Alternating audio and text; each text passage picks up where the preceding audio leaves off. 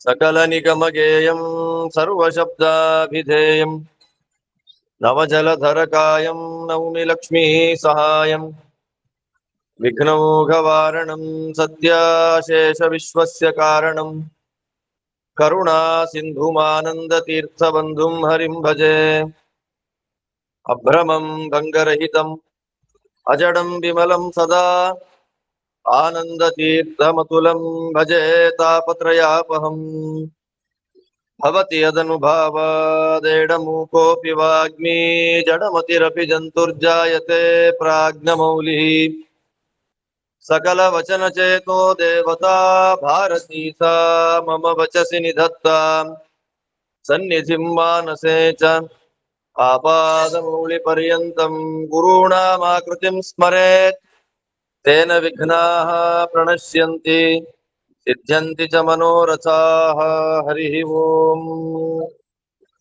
तपो विद्या विरक्त्यादि सद्गुणौघाकरानहं वादिराज गुरून् वन्दे ಹಯಗ್ರೀವದಯಾಶ್ರಯಾನ್. ಮೊದಲೇ ಹೇಳಿದ ಹಾಗೆ ನಾವು ಏನೇ ಪಾರಾಯಣಗಳನ್ನು ಮಾಡಿದ್ರು ಕೂಡ ಒಂದು ಸ್ವಲ್ಪವಾದ್ರೂ ಕೂಡ ಅರ್ಥ ಚಿಂತನೆ ಜೊತೆಯಲ್ಲಿ ಪಾರಾಯಣವನ್ನು ಮಾಡಿದಾಗ ಬೇಗ ಅದು ಫಲವನ್ನ ಕೊಡುತ್ತೆ. ಯಾವುದೇ ಒಂದು ಸ್ತೋತ್ರವಾಗ್ಲಿ ಅರ್ಥ ಚಿಂತನೆ, ಅರ್ಥ ಅಂದ್ರೆ ಅದಕ್ಕೆ ಬೇಕಾದಷ್ಟು ಅರ್ಥ ಇರುತ್ತೆ. ಮತ್ತೆ ಓದಿದ ಜ್ಞಾನಿಗಳು ಕೂಡ ನೂರಾರು ಅರ್ಥ ಹೇಳ್ತಾರೆ. ಆ ನೂರಾರು ಅರ್ಥಗಳನ್ನ ನಮಗ್ ಅರ್ಥ ಮಾಡ್ಕೊಳಕ್ ಆಗಲ್ಲ. ನಮ್ಮ ಯೋಗ್ಯತೆ ಎಷ್ಟು ಅರ್ಥ ಆಗ್ಬೇಕೋ ಅಷ್ಟು ಒಂದು ಅರ್ಥವನ್ನಾದ್ರೂ ಕೂಡ ತಿಳ್ಕೊಂಡು ಪಾರಾಯಣ ಮಾಡಿದಾಗ ಆ ಪದ್ಯದಲ್ಲಿ ಹೇಳಿದ ಫಲ ಆದಷ್ಟು ಬೇಗ ಬರುತ್ತೆ. ಇಲ್ಲ ಬರೀ ಮೆಕ್ಯಾನಿಕಲ್ ಆಗಿ ನಾವು ಎಷ್ಟೇ ಪಾರಾಯಣ ಮಾಡಿದ್ರು ಕೂಡ ಫಲ ಬರೋದಿಲ್ಲ ಅಂತಿಲ್ಲ, ಫಲ ಬರುತ್ತೆ. ಆದ್ರೆ ಶೀಘ್ರವಾಗಿ ಅದಕ್ಕೆ ಫಲ ಸಿಗೋದಿಲ್ಲ. ಯಾಕೆಂದ್ರೆ ವಾದಿರಾಜರಂತಹ ದೇವರ ಜೊತೆಯಲ್ಲಿ ನಿತ್ಯ ಮಾತಾಡುವಂತಹ ವ್ಯಕ್ತಿಗಳು ಒಂದು ವಿಷಯವನ್ನ ಇಟ್ಟುಕೊಂಡು ಪದ್ಯಗಳನ್ನ ರಚನೆ ಮಾಡ್ತಾರೆ ಅಂದ್ರೆ ಅದರ ಬ್ಯಾಕ್ ಗ್ರೌಂಡ್ ತುಂಬಾ ದೊಡ್ಡದಾಗಿರುತ್ತೆ. ಆದ್ದರಿಂದ ವಾದಿರಾಜರಂತಹ ಮಹಾನುಭಾವರು ದೇವರನ್ನ ಸಾಕ್ಷಾತ್ತಾಗಿ ನೋಡಿ ಯಾವಾಗಲ ಒಂದ್ಸಲ ಅಲ್ಲ, ಪ್ರತಿನಿತ್ಯ ದೇವರ ಜೊತೆಯಲ್ಲಿ ಮಾತಾಡುವಂತಹ ಜ್ಞಾನಿಗಳು ಒಂದು ಪದ್ಯವನ್ನ ರಚನೆ ಮಾಡ್ತಾರೆ ಅಂದ್ರೆ ಅದಕ್ಕೆ ತತ್ವಾಭಿಮಾನಿ ದೇವತೆಗಳು ನೂರಾರು ಅರ್ಥಗಳನ್ನ ಕೊಡ್ತಾರೆ.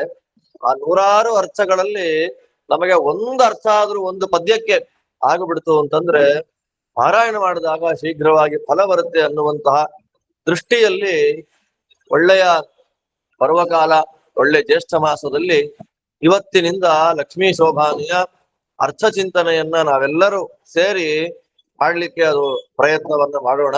ತುಂಬಾ ಡೀಪ್ ಆಗಿ ಅರ್ಥ ಚಿಂತನೆ ಮಾಡ್ಬೋದು, ಆದ್ರೆ ನಮಗಷ್ಟು ಯೋಗ್ಯತೆ ಇಲ್ಲ. ಆದ್ದರಿಂದ ಅಷ್ಟು ಡೀಪ್ ಆಗಿ ಅರ್ಥ ಚಿಂತನೆಯನ್ನ ಮಾಡದೆ ಎಷ್ಟು ಒಳಗೆ ಹೋಗ್ಬೇಕೋ ಪದ್ಯದ ಒಳಗೆ ಅಷ್ಟು ಒಳಗೆ ಹೋಗಿ ನಾವು ಅರ್ಥ ಚಿಂತನೆಯನ್ನ ಮಾಡ್ಕೊಂಡಾಗ ದೇವರ ಗುರುಗಳ ಅನುಗ್ರಹ ಆಗುತ್ತೆ. ಆ ದೃಷ್ಟಿಯಲ್ಲಿ ವಾದಿರಾಜ ಸ್ವಾಮಿಗಳಿಗೆ ಲಕ್ಷ್ಮೀದೇವಿ ಅಂತಂದ್ರೆ ಎಷ್ಟು ಪ್ರೀತಿ, ಎಷ್ಟು ಭಕ್ತಿ ಅಂತ ಅವರು ಬರೆದ ಎಲ್ಲ ಗ್ರಂಥಗಳಿಂದ ನಮಗ್ ಗೊತ್ತಾಗ್ತಾ ಇದೆ. ಸಾಮಾನ್ಯವಾಗಿ ಲಕ್ಷ್ಮೀದೇವಿ ಸ್ತೋತ್ರ ಇವತ್ತು ನಾವು ಮಾಡ್ಬೇಕು ಅಂತಂದ್ರೆ ಎಲ್ಲರೂ ಕೂಡ ಲಕ್ಷ್ಮೀ ಹೃದಯದ ಪಾರಾಯಣವನ್ನು ಮಾಡ್ತಾ ಇದ್ರು ಒಂದು ಕಾಲದಲ್ಲಿ. ಆ ಲಕ್ಷ್ಮೀ ಹೃದಯಕ್ಕೆ ಲಕ್ಷ್ಮಿಯೇ ಕಲಿಯುಗದಲ್ಲಿ ಬೇಗ ಅದಕ್ಕೆ ಫಲ ಬರೋದು ಬೇಡ ಅಂತ ಅವಳದ್ದೇ ಶಾಪ, ಲಕ್ಷ್ಮೀದೇವಿದೇ ಶಾಪ. ಕಾರಣ ಅದು ದೊಡ್ಡ ಕಥೆ ಹಿನ್ನೆಲೆ ಇದೆ. ಆ ದೃಷ್ಟಿಯಲ್ಲಿ ನಮಗೆ ಲಕ್ಷ್ಮೀದೇವಿಯ ಪೂರ್ಣವಾದ ಅನುಗ್ರಹ ಆಗಬೇಕು ಅಂದ್ರೆ ನಾವು ಏನ್ ಮಾಡ್ಬೇಕು ಅನ್ನುವಂತ ಭಕ್ತರ ಜಿಜ್ಞಾಸೆಗೆ ವಾದಿರಾಜ ಸ್ವಾಮಿಗಳು ರಚನೆ ಮಾಡಿಕೊಟ್ಟಂತಹ ಒಂದು ಗ್ರಂಥ ಶ್ರೀಶಗುಣ ದರ್ಪಣ ಅನ್ನುವಂತಹ ತುಂಬಾ ಚಿಕ್ಕ ಸ್ತೋತ್ರ. ಆ ಶ್ರೀಶಗುಣ ದರ್ಪಣ ಅನ್ನುವ ಸ್ತೋತ್ರ ಅದು ಅರ್ಥದಿಂದ ತುಂಬಾ ದೊಡ್ಡದಾಗಿದೆ. ಅದನ್ನ ಪ್ರತಿನಿತ್ಯ ಸಾಯಂಕಾಲ ಬೆಳಗ್ಗೆ ಯಾರು ಪಾರಾಯಣ ಮಾಡ್ಲಿ, ಗಂಡಸರು ಹೆಂಗಸರು, ಎಷ್ಟು ಫಲ ಬರುತ್ತೆ ಅಂದ್ರೆ ಲೆಕ್ಕನೇ ಇಲ್ಲ. ಸಾಮಾನ್ಯವಾಗಿ ನವರಾತ್ರಿ ಒಳಗೆ ನಮ್ಮಲ್ಲಿ 9 ದಿನ ಲಕ್ಷ್ಮೀ ಹೃದಯ, ನಾರಾಯಣ ಹೃದಯವನ್ನ ಒಂದೊಂದು ದಿನ ಜಾಸ್ತಿ ಮಾಡ್ತಾ ಮಾಡ್ತಾ ಮಾಡ್ತಾ ಪಾರಾಯಣ ಮಾಡೋ ಸಂಪ್ರದಾಯ.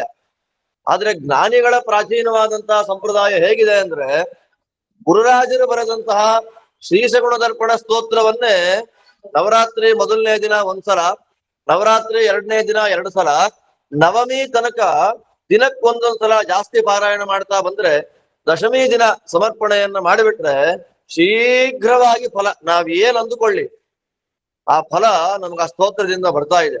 ಅದು ಒಂದು. ಅದಾದ್ಮೇಲೆ ರುಕ್ಮಿಣೀಶ ವಿಜಯ ಅಂತ ಒಂದು ಸುಂದರವಾದ ಗ್ರಂಥವನ್ನ ಬರೆದಿದ್ದಾರೆ. ಕೇವಲ 19 ದಿನಗಳಲ್ಲಿ ಬರೆದ ಮಹಾಕಾವ್ಯ ಅದು.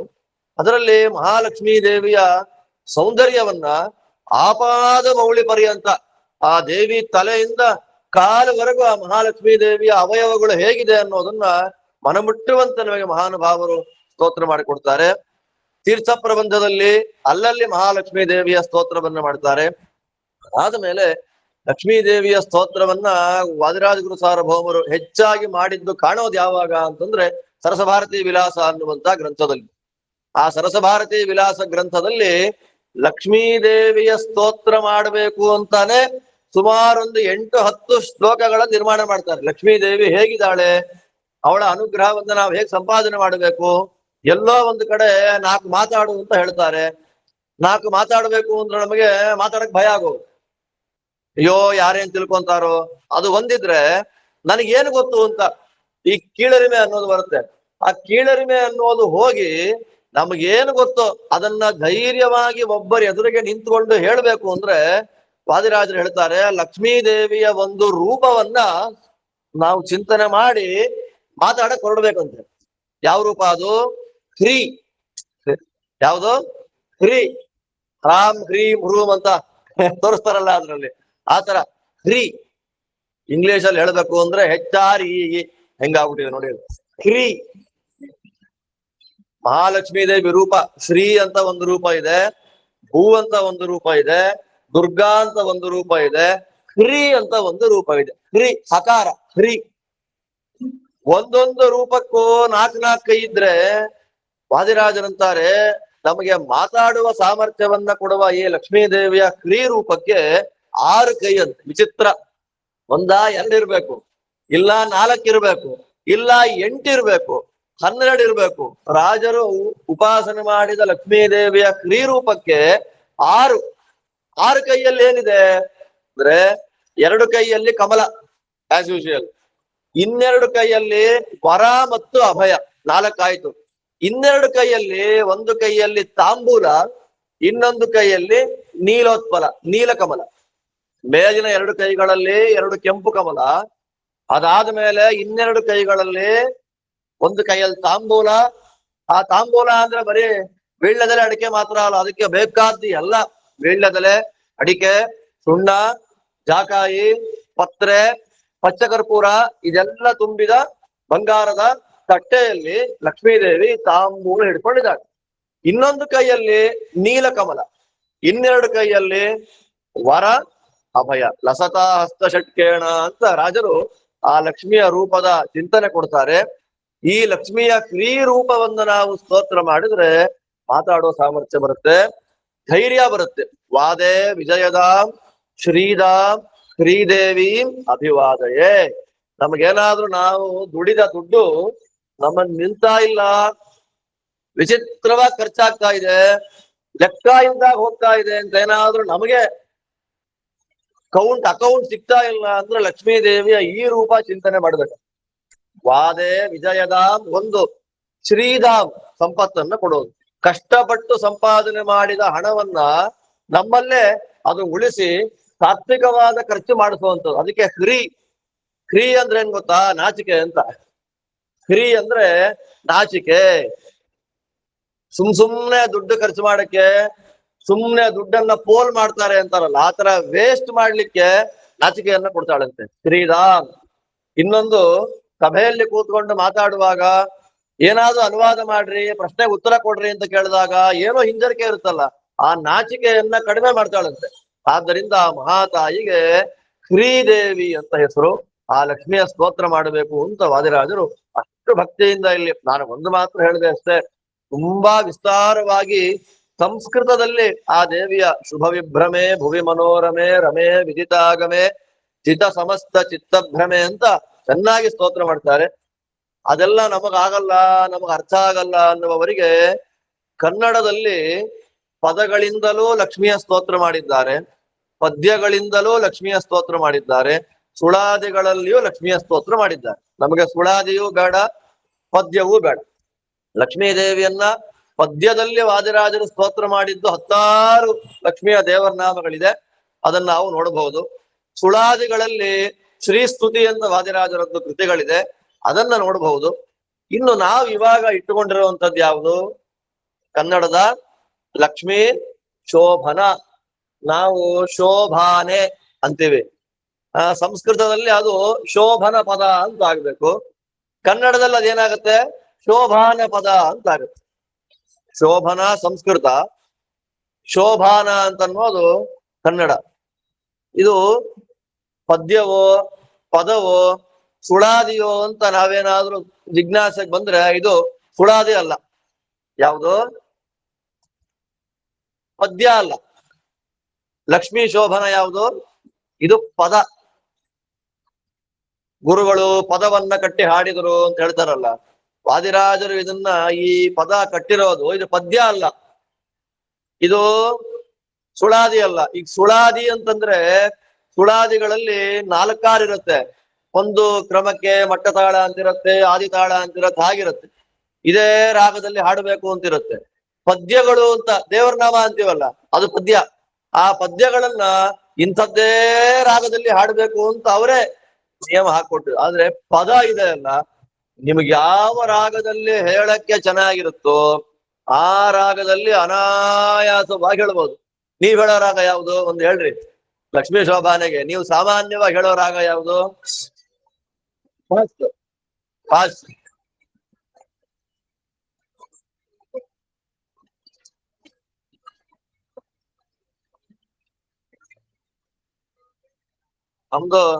ನಮ್ದೊಂಥರ ವಿಚಿತ್ರವಾದ ರಾಗ ಅದು.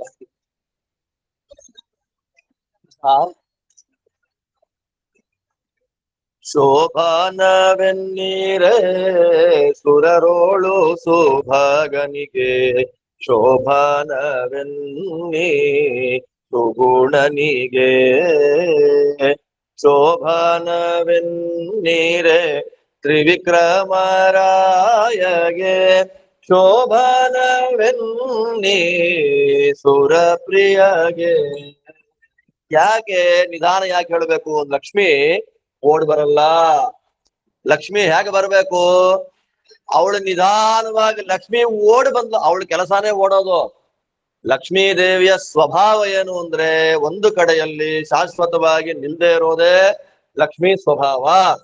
ನಾವ್ ಅವಳನ್ನ ಶೋಭಾನವೆನ್ನೀರೇ ಸುರರೋಳು ಸ್ವಗನಿಗೆ, ಶೋಭಾನ ಸೋಗು ನಾನೀಗೆ ಅಂದ್ರೆ ವಾದಿರಾಜ ಸ್ವಾಮಿಗಳು ಯಾವುದನ್ನು ಕೂಡ ಒಂದು ಪದ್ಯಕ್ಕೆ ಒಂದು ರಾಗ ಅಂತ ಇದ್ರೆ ಅದನ್ನ ನಾವು ಸ್ಕಿಪ್ ಮಾಡಿ ನನಗಿಷ್ಟವಾದ ರಾಗ ಹಾಕುವ ಹಾಗಿಲ್ಲ. ಯಾಕೆ ಅಂದ್ರೆ ಇದು ಲಕ್ಷ್ಮೀ ಶೋಭಾನೆ ಪದ್ಯವನ್ನ ವಾದಿರಾಜ ಸ್ವಾಮಿಗಳು ಬರೆದಿದ್ದು ಯಾವಾಗ ಅಂತಂದ್ರೆ ಒಂದು ಉದ್ದೇಶ ಇಟ್ಟುಕೊಂಡು ಬರೆದಿದ್ದವರು. ಏನು ಉದ್ದೇಶ ಏನದು? ನಮಗೆಲ್ಲ ಗೊತ್ತು ಆ ಕಥೆ. ಅದು ಅವರು ಸಂಚಾರಕ್ಕೆ ಅಂತ ಹೋಗುವ ಸಂದರ್ಭದಲ್ಲಿ ರಾಜರು ಯಾವುದೋ ಒಂದು ಬಡ ಗ್ರಾಮಕ್ಕೆ ಕುಗ್ರಾಮ ಅಲ್ಲಿ ಬಂದಿದ್ದಾರೆ. ಆ ಕುಗ್ರಾಮಕ್ಕೆ ಬಂದಾಗ ಅಲ್ಲಿ ಮಹಾನುಭಾವರು ಅಲ್ಲಿದ್ದಾರೆ. ಜ್ಞಾನಿಗಳು ಇದ್ದ ಊರಲ್ಲಿ ಯಾವತ್ತೂ ಕೆಟ್ಟದಾಗ್ಲಿಕ್ಕೆ ದೇವರು ಬಿಡಲ್ಲ. ಜ್ಞಾನಿಗಳ ಮಹತ್ವಕ್ಕೆ ಅಪಚಾರ ಆಗುತ್ತೆ ಅಂತ ಅಲ್ಲೇನಾಗಿದೆ, ಒಂದು ಮದುವೆ. ಆ ಮದುವೆ ಮನೆಯಲ್ಲಿ ಗಂಡಿಗೆ ಪೇಟ ಇಡ್ಬೇಕಲ್ಲ, ಅದ್ರ ಚಿಕ್ಕ ಹಾವಿನ ಮರಿ ಸೇರಿದೆ. ಪಾಪ ಅವನದ್ರ ಮೇಲೆ ಪೇಟ ಹಾಕೊಂಡಿದ್ದಾನೆ, ತಲೆಗೆ ಕಚ್ಚಿಬಿಡ್ತ ಹಾವು. ಬೇರೆ ಇನ್ನೆಲ್ಲೋ ಕಚ್ಚಿದ್ರೆ ವಿಷ ಏರ್ಲಿಕ್ಕೆ ಬದುಕಲಿಕ್ಕೆ ಅವಕಾಶ ಇರುತ್ತೆ. ಆದ್ರೆ ಇಲ್ಲೇನಾಗ್ಬಿಟ್ಟಿದೆ, ಆ ತಲೆಗೆ ಕಚ್ಚಿರೋದ್ರಿಂದ ತಾತ್ಕಾಲಿಕವಾಗಿ ಮೂರ್ಛೆ ಬಂದು ಮರಣ ಹೊಂದೇ ಬಿಟ್ಟ. ಆ ಊರಲ್ಲಿದ್ದಾರೆ. ಅಯ್ಯೋ, ಹೈಗ್ರೀವ ದೇವರು ಬಂದ ಊರಲ್ಲಿ ಮರಣ ಆಗೋಯ್ತಲ್ಲ ಮದುವೆ ಮನೆಯಲ್ಲಿ ಅಂತ ರಾಜರು ಅಲ್ಲ ಮನೆಗೆ ಹೋಗ್ತಾರೆ. ಆ ಮನೆಗೆ ಹೋದ್ರೆ ಹೆಣ, ಆಕ್ಚುಯಲ್ ಆಗಿ ಸನ್ಯಾಸಿಗಳು ಹೆಣ ನೋಡ್ಲೇಬಾರದು. ಬಟ್ ರಾಜರು ಅಲ್ಲಿ ಬಂದ್ರು ಅಂದ್ರೆ ಇನ್ನು ಹೆಣ ಆಗಿಲ್ಲ ಅಂತ ಅರ್ಥ. ಇನ್ನು ದೇವದತ್ತ ಅನ್ನುವಂತಹ ವಾಯುದೇವರು ಪೂರ್ಣವಾಗಿ ಆ ದೇಹದಿಂದ ಹೊರಗೆ ಹೋಗಿಲ್ಲ. ಪ್ರಾಣ, ಅಪಾನ, ವ್ಯಾನ, ಉದಾನ, ಸಮಾನ ಅಂತ 5 ಪ್ರಾಣದೇವರು, 5 ಕೆಲಸ. ನಾಗ, ಕೂರ್ಮ, ಕೃಕಲ, ದೇವದತ್ತ, ಧನಂಜಯ ಅಂತ 10. ಅದರಲ್ಲಿ 10 ವಾಯುದೇವರು ಹೊರಗೆ ಹೋದಾಗ್ಲೇ ಸಂಪೂರ್ಣವಾಗಿ ಮರಣ ಅಂತ. 9 ಹೋಗಿರ್ತಾರೆ. 10ನೇದು ಯಾವಾಗ ಅಂದ್ರೆ ಸುಡ್ಲಿಕ್ಕೆ ಹೋಗ್ತಾರಲ್ಲ ಅವಾಗ 10 ಹೊರಟಾಗುತ್ತೆ. ಯಾಕೆ ಅಂದ್ರೆ ಹೆಣವನ್ನ ಕಟ್ಟಿಗೆ ಮೇಲೆ ಇಡ್ಬೇಕಾದ್ರೆ ಅದು ಪವಿತ್ರವಾಗಿ ಇಡ್ಬೇಕಲ್ಲ, ದೇವರು ಸಮಿತ್ ಆಗ್ಬೇಕಲ್ಲ. ಆ ಸಮಿತ್ತನ್ನಾಗಿ ಪವಿತ್ರವನ್ನಾಗಿ ಮಾಡೋ ವಾಯುದೇವರ ರೂಪಕ್ಕೆ ಧನಂಜಯ ಅಂತ ಹೆಸರು. ಆದ್ದರಿಂದ ಅಂತ ಆ ವಾಯುದೇವರ ರೂಪ ಅದನ್ನ ಬಿಟ್ಟು ಹೋಗಿಲ್ಲ ಅನ್ನೋದು ನೋಡಿ ತೊಡೆಯ ಮೇಲೆ ಮಲಗಿಸ್ಕೊಂಡ್ರು ವಾದಿರಾಜ ಸ್ವಾಮಿಗಳು. ಅವನ ತಲೆಯನ್ನ ತೊಡೆಯ ಮೇಲೆ ಇಟ್ಟುಕೊಂಡು ಮಹಾಲಕ್ಷ್ಮೀ ದೇವಿ ನಿತ್ಯ ದೇವಿ ನೋಡ್ತಾರೆ ವಾದಿರಾಜರು. ಇವಾಗ ಒಂದು ಉದ್ದೇಶ, ಇವತ್ತಿನಿಂದ ಶುರು ಮಾಡ್ಕೊಂಡು ಇನ್ನು ಅನಂತ ಕಾಲದವರೆಗೂ ರಾಜರು ರಚನೆ ಮಾಡಿದ ಈ ಸ್ತೋತ್ರವನ್ನ ಪದ್ಯವನ್ನ ಯಾರ್ಯಾರು ಪಾರಾಯಣ ಮಾಡ್ತಾರೆ ಅವರವರಿಗೆ ಯೋಗ್ಯವಾದ ಸೌಮಾಂಗಲ್ಯ, ಸಂಪತ್ತು, ಜ್ಞಾನ, ಅನ್ನ, ಎಲ್ಲ ಆಯುಷ್ಯ ಎಲ್ಲ ಸಿದ್ಧಿಯಾಗ್ಲಿ ಅಂತ ತಮ್ಮ ತಪಸ್ಸನ್ನ ಧಾರೆ ಎರೆದು ಈ ಕೃತಿ ರಚನೆ ಮಾಡಿದ್ದಾರೆ. ಇದರಿಂದ ಮಹಾಲಕ್ಷ್ಮೀ ದೇವಿ ಸಮುದ್ರದ ವಚನ ಕಾಲದಲ್ಲಿ ಅವಳು ಮೇಲೆದ್ದು ಬರ್ತಾಳೆ. ಮೇಲೆದ್ದು ಬಂದು ಹಾಗೆಯೇ ಓಡಿ ಬಂದ್ಬಿಡ್ಲಿಲ್ಲ. ಯಾಕೆ?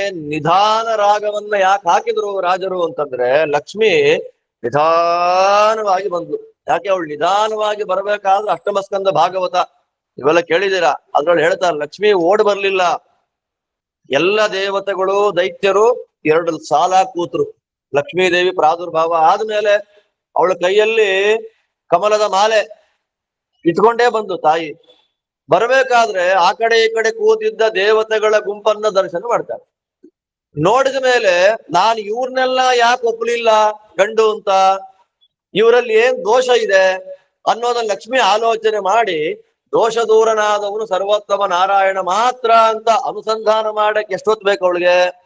ಆ ಹೊತ್ತನ್ನ ತೋರಿಸಿಕೊಡ್ಲಿಕ್ಕಾಗಿ ರಾಜರು ಅದನ್ನ ನಿಧಾನವಾದ ರಾಗದಲ್ಲಿ ಲಕ್ಷ್ಮಿಯನ್ನ ಕರೆಯುವಂಥದ್ದು. ಯಾವತ್ತು ನಿಧಾನವಾಗಿ ಯಾರ ಮನೆಗೆ ಲಕ್ಷ್ಮಿ ಬರ್ತಾಳೋ ಹೋಗುವಾಗ್ಲೂ ಅಷ್ಟೇ ನಿಧಾನ. ನಿಧಾನ ಅಂದ್ರೇನು? Generations together. ಒಬ್ಬ ಮಾಡಿದ ಪ್ರಾರ್ಥನೆಗೆ ಲಕ್ಷ್ಮಿ ಆ ಮನೆಗೆ ಬಂದ್ಲು ಅಂದ್ರೆ ಅಲ್ಲಿಂದ 10-20 ತಲೆಮಾರುಗಳ ತನಕ ಲಕ್ಷ್ಮಿ ಆ ಮನೆಯಲ್ಲೇ ಕೂತಿರ್ತಾಳೆ. ಅವಳು ಎದ್ದು ಹೋಗುವಾಗಲೂ ಕೂಡ ಆ ಮನೆಯಿಂದ ನಿಧಾನವಾಗಿ ಎದ್ದು ಹೋಗ್ತಾಳೆ. ಆದ್ದರಿಂದ ದೇವಿಯನ್ನ ಕರಿಬೇಕಾದ್ರೆ ನಿಧಾನವಾಗಿ ಕರಿಬೇಕು ಅನ್ನೋದು ಶಾಸ್ತ್ರ. ಅದನ್ನೇ ಪುರಂದರದಾಸರು ಹೆಜ್ಜೆಯ ಮೇಲೆ ನೀನು ಬರೋದು ಬರ್ತಾಲೇ ಇರ್ಬೇಕು ನಮ್ಮನೆಗೆ, ಆ ಬಾಗಿಲಿಂದ ಈ ಬಾಗಿಲಿಗೆ ಬರೋ ಅಷ್ಟು ನನ್ ಜನ್ಮನೇ ಆಗೋಗಿರ್ಬೇಕು. ಆ ತರ ದೇವಿಯನ್ನ ಪ್ರಾರ್ಥನೆ. ಲಕ್ಷ್ಮೀ ದೇವಿ ನಮ್ಮ ಮನೆಯಲ್ಲಿ ಇದ್ದಾಳೆ ಅನ್ನೋದಕ್ಕೆ ಸೂಚಕಗಳು ಬೇಕಾದಷ್ಟಿದೆ. ನೆಕ್ಸ್ಟ್ ಹೇಳ್ತಾರೆ ಅದನ್ನು. ಇದರಿಂದ ಅಂತಹ ಪರಮ ಸುಂದರವಾದಂತಹ ಅಷ್ಟಮಸ್ಕಂದ ಶ್ರೀಮದ್ ಭಾಗವತದಲ್ಲಿ ಬಂದ ಚಿಕ್ಕ ಕಥೆ. ಅದರಲ್ಲಿ ಸಮುದ್ರ ಮಥನ ಪೂರ್ತಿ ಹೇಳಲಿಲ್ಲ. ಆ ಸಮುದ್ರ ಮಥನದಲ್ಲಿ ಒಂದು ಭಾಗ ಲಕ್ಷ್ಮೀ ಸ್ವಯಂವರ. ಆ ಲಕ್ಷ್ಮೀ ಸ್ವಯಂವರ ಅನ್ನುವುದನ್ನ ಮೂಲ ಸ್ಫೂರ್ತಿಯನ್ನಾಗಿಟ್ಟುಕೊಂಡು ಸುಮಾರು 110ಕ್ಕೂ ಮಿಗಿಲಾದಂತಹ ಚೌಪದಿ. ನಮ್ಮಲ್ಲಿ ತ್ರಿಪದಿ ಅಂತ ಇದೆ. ತ್ರಿಪದಿಗಳನ್ನ ಬರೆದು ಫೇಮಸ್ ಆದವನು ಬೇಕಾದಷ್ಟು ಜನ ಇದ್ದಾರೆ. ಸರ್ವಜ್ಞ ಇತ್ಯಾದಿಗಳೆಲ್ಲ ಇದ್ದಾರೆ. ಇನ್ನು ಷಟ್ಪದಿಗಳು ಅಂತ ಇದೆ. ಆ ಷಟ್ಪದಿಗಳಲ್ಲಿ 4-5 ತರ ಷಟ್ಪದಿಗಳು. ಅದರಲ್ಲಿ ನಮಗೆ ಫೇಮಸ್ ಆಗಿರುವಂತಹ ಷಟ್ಪದಿ ಯಾವುದು? ಭಾಮಿನಿ ಷಟ್ಪದಿ ಅಂತ ಕರೀತಾರೆ ಅದನ್ನ. ಆ ಭಾಮಿನಿ ಷಟ್ಪದಿಯಲ್ಲಿ ಇವತ್ತು ನಮ್ಮ ಕಣ್ಣೆದುರಿಗಿರತಕ್ಕಂತಹ ಮೇರು ಕೃತಿ ಯಾವುದು? ಶ್ರೀ ಹರಿಕಥಾಮೃತ ಸಾರ. ಅದಾದ್ಮೇಲೆ ಅಷ್ಟಪದಿ ಅಂತ ಬರುತ್ತೆ, ನವಪದಿ ಅಂತ ಬರುತ್ತೆ. ಅದೆಲ್ಲ ಕಂಠಪಾಠ ಮಾಡಿ ಹೇಳೋರು ಯಾರು ಅಲ್ವಾ? ಬದರಿಕಾಶ್ರಮ ವರ್ಣನೆ, ಮಧ್ವವಿಜಯ ವರ್ಣನೆ ಅಂತೆಲ್ಲ ಬರುತ್ತೆ. 9 ಲೈನದೆಲ್ಲ. ವಾದಿರಾಜ ಸ್ವಾಮಿಗಳು ತೀರಾ ಕಡಿಮೆನೂ ಮಾಡಿದೆ, ತೀರಾ ಜಾಸ್ತಿನೂ ಮಾಡಿದೆ 4 ಸಾಲುಗಳಲ್ಲಿ ಲಕ್ಷ್ಮೀ ದೇವಿಯ ಸ್ತೋತ್ರವನ್ನ ಮಾಡ್ತಾರೆ. ಯಾಕೆ ಅಂತಂದ್ರೆ ಲಕ್ಷ್ಮೀ ದೇವಿ 4 ರೂಪದ ಭಗವಂತನಿಗೆ ಅತ್ಯಂತ ಪ್ರಿಯಳು. 4ಅನ್ನೇ ಯಾಕೆ ಇಟ್ಟಿದ್ದು ವಾದಿರಾಜರು? ಚೌಪದಿಯನ್ನೇ ಯಾಕೆ ಮಾಡ್ತಾರೆ ಅಂದ್ರೆ 4 ರೂಪದ ಭಗವಂತನಿಗೆ ತುಂಬಾ ಪ್ರೀತಿಪಾತ್ರಳು. ಅದಾದ್ಮೇಲೆ 4 ತಲೆಯ ಬ್ರಹ್ಮದೇವರ ತಾಯಿ. ಅದಾದ್ಮೇಲೆ 4 ವೇದಗಳಿಂದ ಸ್ತೋತ್ರ ಮಾಡಿಸಿಕೊಳ್ತಾಳೆ. ಅವಳ ಜಡೆ ಎಷ್ಟಿದೆ? ಅವಳಿಗೆ 4 ಇದೆ. ಚತುಷ್ಕಪರ್ದಾಯ ದೇವಿ ಚತುರಾಸ್ಯ ದಿವಿಸ್ತುತ ಚತುರ್ವೇದೋದಿತ ಗುಣ ಚತುರ್ಮೂರ್ತೇರ್ ಹರೇ ಪ್ರಿಯ. ರಾಜರದ್ದೇ ಮಾತು. ಆದ್ರಿಂದ ಅವಳಿಗೆ 4 ಜಡೆಗಳು. 4 ಜಡ ಲಕ್ಷ್ಮಿಗೆ ಯಾಕೆ? ಇದು ಶುದ್ಧವಾಗಿ ಡೈರೆಕ್ಟ್ ಆಗಿ ಮೋಕ್ಷವನ್ನೇ ಕೊಡೋ ಗ್ರಂಥ ಆದ್ರೂ ಕೂಡ ಸಂಸಾರದಲ್ಲಿ ಸುಖವನ್ನ ಕೊಡುವಂತಹ ಗ್ರಂಥ ಯಾವುದು? ಲಕ್ಷ್ಮೀ ಶೋಭಾನೆ. ಸಂಸಾರದಲ್ಲಿ ಸುಖ ಅಂದ್ರೆ 4 ಇರ್ಬೇಕು. ಧರ್ಮನೂ ಬೇಕು, ಅರ್ಥವೂ ಬೇಕು, ಕಾಮವೂ ಬೇಕು, ಮೋಕ್ಷ. ಇಲ್ಲಿ ಮೋಕ್ಷ ಅಂದ್ರೆ ಆ ಮೋಕ್ಷ ಅಲ್ಲ, ಪಾಪದ ಮೋಕ್ಷ, ಸಂಕಟದ ಮೋಕ್ಷ, ಕಷ್ಟಗಳ ಮೋಕ್ಷ. ಅದಾಯ್ತು ಅಂತಂದಾಗ ಸಾಧನೆ ಆಗುತ್ತೆ. ಆದ್ರಿಂದ ಧರ್ಮ ಅರ್ಥ ಕಾಮ ಮೋಕ್ಷ ನಾಲ್ಕನ್ನೂ ನಾನು ಕೊಡ್ತೀನಿ ಅನ್ನೋದನ್ನ ತೋರಿಸ್ತಾ ಆ ಲಕ್ಷ್ಮೀ ದೇವಿಯ ಸ್ವಭಾವ ಅದು ಅಂತ ತೋರಿಸ್ತಾ ರಾಜರು 4 ಸಾಲುಗಳಲ್ಲಿ ಆ ದೇವಿಯ ಸ್ತೋತ್ರವನ್ನ ಮಾಡ್ತಾರೆ. ಮತ್ತೆ ಕೆಲವು ಸಲ ರಕ್ಷಿಸಲಿ ಅಂತ ಒಂದು ಆ ಪದ ಪ್ರಯೋಗ ಮಾಡ್ತಾರೆ, ಮತ್ತೊಂದು ಕಡೆ ಪಾಲಿಸಲಿ ಅಂತ ಪದ ಪ್ರಯೋಗ ಮಾಡ್ತಾರೆ. ರಕ್ಷಿಸೋದು ಪಾಲಿಸೋದು ಒಂದೇ ಅರ್ಥ ಅಲ್ವಾ ಅಂತ ನಮ್ಗೆ ಅನಿಸಿದ್ರು ಕೂಡ ಸೂಕ್ಷ್ಮವಾಗಿ ಅರ್ಥ ವ್ಯತ್ಯಾಸಗಳಿದೆ. ಅದರಿಂದ ಎಲ್ಲ ದೃಷ್ಟಿಯಲ್ಲಿ ಭಾಗವತಾದಿ ಗ್ರಂಥಗಳಲ್ಲಿ ಹೇಳಿದ ಲಕ್ಷ್ಮೀ ದೇವಿಯ ಅಪಾರವಾದ ಮಹಿಮೆಯನ್ನ ನಮಗೆ ರಾಜರು ಇಲ್ಲಿ ಕಣ್ಣಿಗೆ ಕಟ್ಟುವಂತೆ ನಮಗೆ ತಿಳಿಸಿಕೊಡ್ತಾ ಇದ್ದಾರೆ. ಅಂತಹ ರಾಜರ ಅನುಗ್ರಹದಿಂದ ಲಕ್ಷ್ಮೀ ದೇವಿಯ ಆ ಗುಣಗಾನವನ್ನ ನಾವೆಲ್ಲರೂ ಕೂಡ ಭಕ್ತಿಯಿಂದ ಮಾಡಿ ಆ ದೇವಿಯ ಪೂರ್ಣ ಅನುಗ್ರಹಕ್ಕೆ ಪಾತ್ರರಾಗೋಣ ಅಂತ ಹೇಳ್ತಾ, ಇದು ಪದ. ಇದೇ ರೀತಿಯಾದ ಪದವನ್ನ ವಾದಿರಾಜರು 4 ಪದಗಳನ್ನ ಬರೆದಿದ್ದಾರೆ. ಯಾವ್ಯಾವ್ದು 4 ಪದಗಳು? ವೈಕುಂಠ ವರ್ಣನ ಅಂತನ್ನೋದು ಅದು ಒಂದು ಪದ. ಅದಾದ್ಮೇಲೆ ಇನ್ಯಾವ ಪದ ಇದೆ? ಸ್ವಪ್ನ ಪದ. ನೆನವೆ ನಾರಾಯಣನ ಪಾದವ, ನೆನವೆ ನಾರಾಯಣಿಯ ಚರಣವ, ನೆನವೆ ಪ್ರಾಣನ ಪದವ, ಭಾರತಿ ದೇವಿಯಂಘ್ರಿಯನು ಅಂತ ಹೇಳಿ ಪರಮ ಸುಂದರವಾಗಿ ಹಯಗ್ರೀವ ದೇವರು ಅವರಿಗೆ ಸ್ವಪ್ನದಲ್ಲಿ ಯಾವ ತತ್ವಗಳನ್ನು ಹೇಳಿದ್ರೋ ಆ ತತ್ವಗಳನ್ನ ಪೂರ್ಣವಾಗಿ ನಮಗರ್ಥ ಆಗ್ಲಿ ಅಂತ ಕನ್ನಡದಲ್ಲಿ ತಿಳಿಸಿಕೊಟ್ಟಿದ್ದಾರೆ ಮಹಾನುಭಾವರು. ಅದು ಸ್ವಪ್ನ ಪದ. ಇನ್ನೊಂದಿದೆ, ಸಾಮಾನ್ಯವಾಗಿ ನಮಗೆ ಪಾರಾಯಣ ಮಾಡ್ಲಿಕ್ಕೆ ಅದು ವಿಚಿತ್ರವಾದ ಭಾವನ್ನ ಕೊಡುತ್ತೆ. ಯಾವ್ದು? ಗುಂಡಕ್ರಿಯಾ ಅಂತ.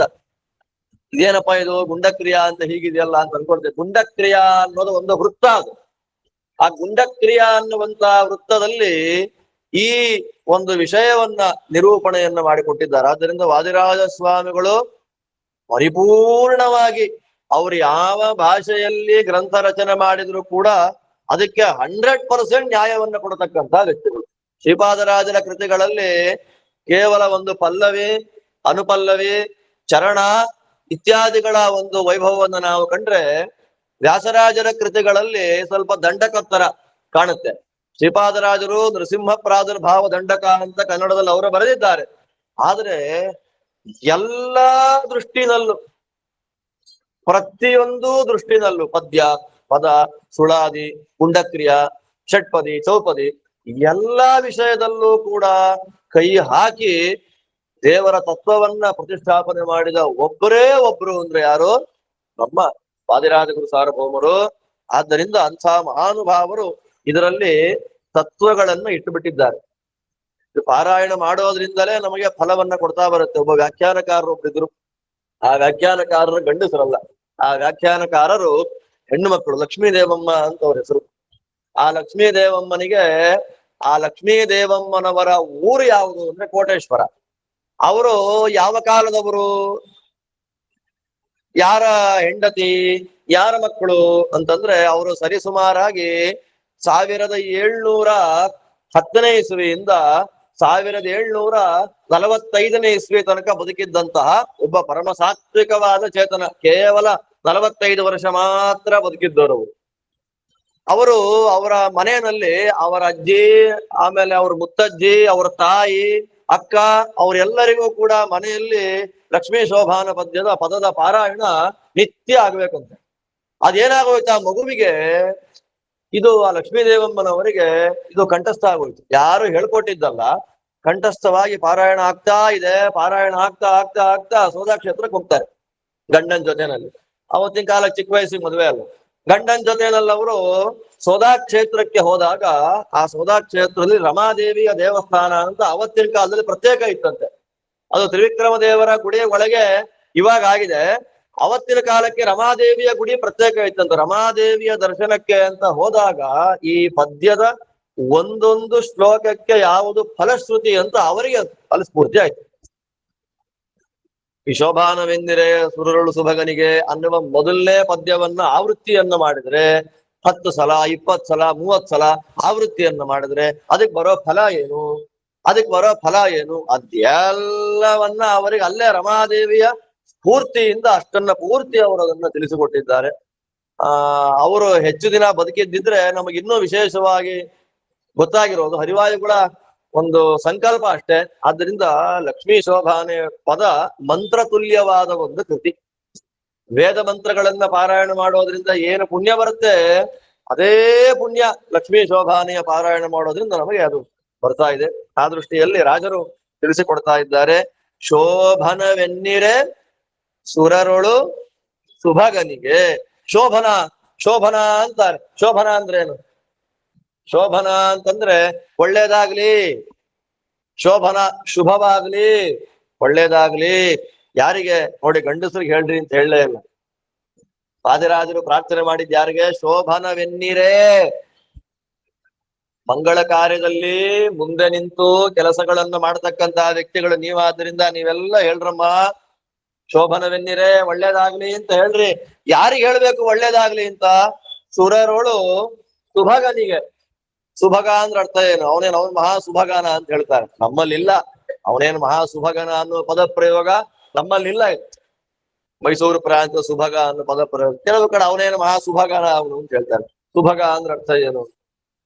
ಸುಭಗ ಅಂತಂದ್ರೆ ಮಧ್ವಾಚಾರ್ಯ ಅರ್ಥ ಮಾಡ್ತಾರೆ, ಯಾವತ್ತಿಗೂ ಕೂಡ ಸುಖವನ್ನೇ ಅನುಭವಿಸ್ಬೋದು, ದುಃಖದ ಲವಲೇಶವೂ ಇಲ್ಲ.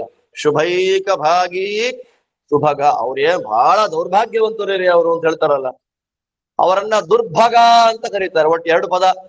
ಭಗ ಅಂದ್ರೇನು? ಸಂಪತ್ತು. ಭಗ ಅಂದ್ರೇನು? ಸಂಪತ್ತು. ಕೆಲವರಿಗೆ ದುರ್ಭಗ, ಸಂಪತ್ತೇ ಇರಲ್ಲ. ಅದಕ್ಕೆ ವಾದಿರಾಜರು ಅಂತಾರೆ, ಇಲ್ಲಿ ನಮ್ಮ ನಾರಾಯಣ ಯಾರು? ಸುಭಗ. ಸುಭಗ ಅಂದ್ರೇನು? ಕೇವಲ ಒಳ್ಳೆಯದನ್ನೇ ತಗೊಳ್ತಾನೆ, ಆದ್ದರಿಂದ ಭಗವಂತನಿಗೆ ಸುಭಗ. ಯಾವುದೇ ಪದಾರ್ಥ ಇರ್ಲಿ, ಈಗ ನೈವೇದ್ಯದಲ್ಲಿ ಭಗವಂತನ ಒಂದೊಂದು ರೂಪ ಇದೆ ಅಂತ ಹೇಳ್ತಾರಲ್ಲ, ನೈವೇದ್ಯ ಅಂದ್ರೆ ಉಪ್ಪಿನಲ್ಲಿ ಯಾವ ಭಗವದ್ ರೂಪ ಇದೆ ಅದು ಐಕ್ಯ ಚಿಂತನೆ ಆಯ್ತು ಅಂತ. ಸುಭಗ ಅಂದ್ರೇನು? ಒಳಗಿರುವ ಶುಭವನ್ನ, ಅವನ ರೂಪವನ್ನ ಅವನು ಸ್ವೀಕಾರ ಮಾಡ್ಕೊಳ್ತಾನೆ. ಸುಭಗ ಅಂದ್ರೆ ಒಳ್ಳೆಯದನ್ನೇ ಸ್ವೀಕಾರ ಮಾಡ್ಕೊಳ್ತಾನೆ. ಅವನಿಗೆ ಕೆಟ್ಟ ಭೋಗ ಇಲ್ಲ, ದುಷ್ಟ ಭೋಗ ಇಲ್ಲ, ದುಃಖವನ್ನ ಕೊಡುವಂತಹ ಭೋಗ ಇಲ್ಲ. ಆದ್ದರಿಂದ ಭಗವಂತ ಯಾರು? ಆರಂಭದಲ್ಲೇ ಪ್ರಾರ್ಥನೆ, ದೇವರನ್ನ ಸರ್ವೋತ್ತಮ ಅಂತ ಸ್ತೋತ್ರ ಮಾಡಿದ್ರೆ ಬರದೇ ಇರುವಂತಹ ಫಲವೇ ಇಲ್ಲ. ಶೋಭಾನವೆನ್ನೀರೇ ಸುರರೋಳು ಸುಭಗನಿಗೆ. ಯಾರಲ್ಲಿ ಸುಭಗ? ಅವನು ಸುರರೋಳು ಸುಭಗ. ಅದೇ ಅವರ ಪದಪ್ರಯೋಗ. ಸುರ ಅಂದ್ರೆ ಸುಖವನ್ನೇ ತಗೊಳ್ಳೋರು ಅಂತ ದೇವತೆಗಳು. ಯಾವಾಗಲೂ ಆನಂದವಾಗೇ ಇರ್ತಾರೆ ದೇವತೆಗಳು. ಅಂತ ಆನಂದವಾಗಿ ಇರುವ ದೇವತೆಗಳಿಗೂ ಒಂದೊಂದ್ಸಲ ದುಃಖ ಬಂದ್ಬಿಡುತ್ತೆ. ರುದ್ರ ಶಿವನಿಗೆ ಏನಾಯ್ತು? ವಿಷವನ್ನೇ ಕುಡಿಬೇಕಾಯ್ತು. ಯಾರ್ಯಾರಿಗೋ ಅವನ್ ತಲೆ ಮೇಲೆ ಕೈ ಇಡುವಂತ ಭಸ್ಮಾಸುರನ್ಗೆ ವರ ಕೊಡ್ಬೇಕಾಯ್ತು. ಇಂದ್ರನಿಗೆ ಇನ್ನೇನೋ ಮಾಡ್ಬೇಕಾಯ್ತು. ಗಣೇಶನಿಗೆ ಇನ್ನೇನೋ. ಅಂದ್ರೆ ಸುಖ ಇದ್ರೂ ಕೂಡ 100% ಸುಖ ಅವ್ರಿಗಿಲ್ಲ. 100% ಎಲ್ಲ ಕೆಲಸ ಮಾಡಿದ್ರು ಕೂಡ ದುಃಖವೇ ಇಲ್ಲದ ಪರಿಪೂರ್ಣವಾದ ಸುಖವನ್ನ ಅನುಭವಿಸುವ ಸ್ವಾಮಿ ನಾರಾಯಣ. ಆದ್ದರಿಂದ ನಿಜವಾಗಿ ಸುಭಗ ಅವನೇ. ಅದಾದ್ಮೇಲೆ ಶೋಭನವೆನ್ನಿ ಸುಗುಣನಿಗೆ. ರಾಜರಂತಾರೆ, ಯಾರಿಗೆ ಶೋಭಾನ ಅಂತ ಹೇಳಿ? ಸುಗುಣನಿಗೆ ಶೋಭಾನ ಅಂತ ಹೇಳಿ. ದೇವರಿಗೆ ಸುಗುಣ ಅಂತ ಹೆಸರು. ಸುಗುಣ ಅಂದ್ರೆ ಅರ್ಥ ಏನು? ಒಳ್ಳೆ ಗುಣಗಳಿಂದ. ಬ್ರಹ್ಮಾದಿಗಳಿಗೂ ಗುಣ ಇದೆಯೋ ಇಲ್ವೋ? ಇದ್ದೇ ಇದೆ. ಆ ಲಕ್ಷ್ಮೀದೇವಿ ಗುಣ ಇದೆಯೋ ಇಲ್ವೋ? ಇದೆ. ನಾರಾಯಣನಿಗೂ ಗುಣ ಇದೆಯೋ ಇಲ್ವೋ? ಲಕ್ಷ್ಮಿಗೂ ಗುಣ ಇದೆ, ನಾರಾಯಣನಿಗೂ ಗುಣ ಇದೆ, ಬ್ರಹ್ಮನಿಗೂ ಗುಣ ಇದೆ. ವ್ಯತ್ಯಾಸ ಏನಾಯ್ತ್ರಿ? ಅಂದ್ರೆ ವಾದಿರಾಜರಂತಾರೆ, ಸುಗುಣನಿಗೆ ಬ್ರಹ್ಮದೇವರಲ್ಲಿ ಗುಣ ಇದ್ರೂ ದೋಷ ಇದೆ, ಲಕ್ಷ್ಮೀ ದೇವಿಯಲ್ಲಿ ಗುಣ ಇದ್ರೂ ದೋಷ ಇದೆ. ಮುಗ್ದಾಯ್ತು. ರುದ್ರಾದಿಗಳು ಲೆಕ್ಕಾನೇ ಇಲ್ಲ ಅಲ್ವಾ? ಲಕ್ಷ್ಮೀ ದೇವಿಗೆ ಏನ್ ದೋಷ? ಅವಳು ಸ್ವತಂತ್ರಳಲ್ಲ. ಆದ್ದರಿಂದ 100% ಲಕ್ಷ್ಮೀ ದೇವಿಗೆ ಸ್ವಾತಂತ್ರ್ಯ ಅಂತನ್ನೋದು ಇಲ್ಲ. ಲಕ್ಷ್ಮೀ ದೇವಿಗೆ ಸ್ವಾತಂತ್ರ್ಯ ಇಲ್ಲ ಅಂದ್ಮೇಲೆ ಬ್ರಹ್ಮದೇವರಿಗೆ ಏನ್ ಸ್ವಾತಂತ್ರ್ಯ? ಆದ್ದರಿಂದ ಗುಣಪೂರ್ಣತಾ ಅಂದ್ರೆ ಸ್ವತಂತ್ರವಾಗಿ ಅನಂತ ಗುಣ ಪರಿಪೂರ್ಣನಾಗಿರುವುದನ್ನೇ ಗುಣಪೂರ್ಣತಾ ಅಂತ ಕರೆಯೋದು. ಆದ್ದರಿಂದ ಸುಗುಣ. ಮತ್ತಿವನ್ಯಾರು? ಶೋಭಾನವೆನ್ನೀರೇ ತ್ರಿವಿಕ್ರಮರ. ಯಾರಿಗೆ ಶೋಭಾನ ಹೇಳ್ಬೇಕು ನೀವು? ಇದು ವೈಭವ. ತ್ರಿವಿಕ್ರಮ ಅನ್ನುವ ಉಪಾಸನೆಯನ್ನ ಬ್ರಹ್ಮದೇವರನ್ನ ಬಿಟ್ರೆ ಬೇರೆ ಯಾರಿಗೂ ಮಾಡ್ಲಿಕ್ಕಾಗೋದಿಲ್ಲ. ಇದು ನಮ್ಮ ತಲೆ ಒಳಗೆ ಹಾಸು ಹೊಕ್ಕಾಗಿರ್ಬೇಕಾದಂತಹ ಒಂದು ವಾಕ್ಯ. ಸಾಮಾನ್ಯವಾಗಿ ತ್ರಿವಿಕ್ರಮತ್ವ ಉಪಾಸನೆ ಅಂತ ಕರೀತಾರೆ. ಯಾರು ತ್ರಿವಿಕ್ರಮತ್ವ ಉಪಾಸನೆಯನ್ನು ಮಾಡಬೇಕು ಅಂದ್ರೆ, ಶಾಸ್ತ್ರೀಯವಾಗಿ ಬ್ರಹ್ಮದೇವರ ಪದವಿಗೆ ಯಾರು ಬರ್ತಾ ಇದ್ದಾರೆ, ಆ ಬ್ರಹ್ಮದೇವರ ಪದವಿಗೆ ಬರತಕ್ಕಂತಹ ವ್ಯಕ್ತಿಗಳು ಈ ತರ ವಿಚಿತ್ರವಾದ ಉಪಾಸನೆಗಳನ್ನ ಮಾಡುವಂಥದ್ದು. ಹಯಗ್ರೀವ, ಈ ನರಸಿಂಹ, ಮತ್ತೆ ವರಾಹ, ಅದನ್ನ ವಿಕಾರ ರೂಪ ಅಂತ ಕರೀತಾರೆ. ವಿಕಾರ ರೂಪ ಅಂದ್ರೇನು? ನೋಡ್ಲಿಕ್ಕೆ ವಿಕಾರ ಅಂತಲ್ಲ, ವಿಚಿತ್ರವಾದ ರೂಪ. ಕರೆಕ್ಟ್ ಆಗಿರೋ ಕೃಷ್ಣಾರಾಮನ್ನೇ ಪೂಜೆ ಮಾಡಕ್ ಆಗಲ್ಲ ಅಂದ್ರೆ ಇನ್ ತ್ರಿವಿಕ್ರಮ, ಭೂವರಾಹ, ಹಯಗ್ರೀವ ಅದನ್ನ ಉಪಾಸನೆ ಮಾಡ್ರಿ ಅಂದ್ರೆ ತ್ರಿವಿಕ್ರಮ ಹೇಗಿದ್ದಾನೆ ಅಂದ್ರೆ ಅಲ್ಲಿ ತನಕ ಇದೆ ಕಾಲು. ದೇವರ ಪಾದದ ಅಂಗುಷ್ಟವನ್ನ ಸ್ತೋತ್ರ ಮಾಡ್ರಿ ಎಲ್ಲಿ ಹುಡ್ಕೊಂಡು ಹೋಗ್ಬೇಕು ನಾವು, ಬ್ರಹ್ಮಾಂಡದ ಕೊನೆಗೆ ಹೋಗ್ಬೇಕು, ಸಿಗಲ್ಲ ನಮ್ಗೆ. ಆದ್ದರಿಂದ ಅದು ಸರಸ್ವತೀ ದೇವಿ, ಭಾರತೀ ದೇವಿಗೂ ಸಿಗದೆ ಇರತಕ್ಕಂಥದ್ದು ತ್ರಿವಿಕ್ರಮತ್ವ ಉಪಾಸನೆ.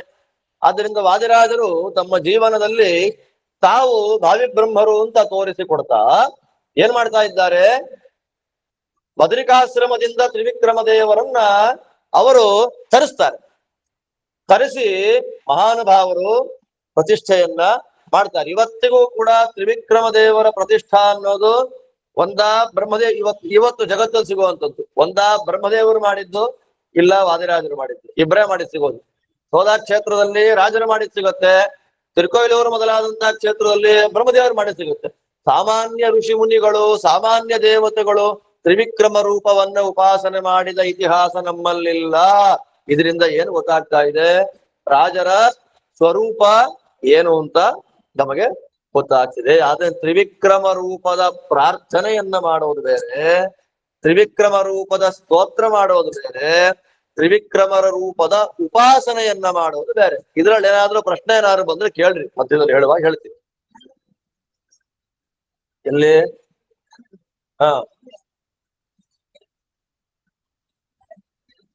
ಅದೇ ಬ್ರಹ್ಮಾದಿಗಳು ಪ್ರತಿಷ್ಠೆ ಮಾಡಿದ್ದೇ ಇರಬೇಕು. ಶಾಸ್ತ್ರೀಯವಾಗಿ ಮಧ್ವಾಚಾರ್ಯರ ಭಾಷ್ಯದಲ್ಲಿ ಹೇಳುವಾಗ ತ್ರಿವಿಕ್ರಮತ್ವ ಅಂತನ್ನೋದು ರುಜುಜೀವರಿಗೆ ಮಾತ್ರ ಉಪಾಸನೆ ಯೋಗ್ಯವಾದ ಒಂದು ಭಗವದ್ ರೂಪ. ಸಾಮಾನ್ಯರಿಗದು ಈ ದೃಷ್ಟಿಯಲ್ಲಿ ತ್ರಿವಿಕ್ರಮರಾಯ ಅಂತಂದ್ರೆ ಏನು,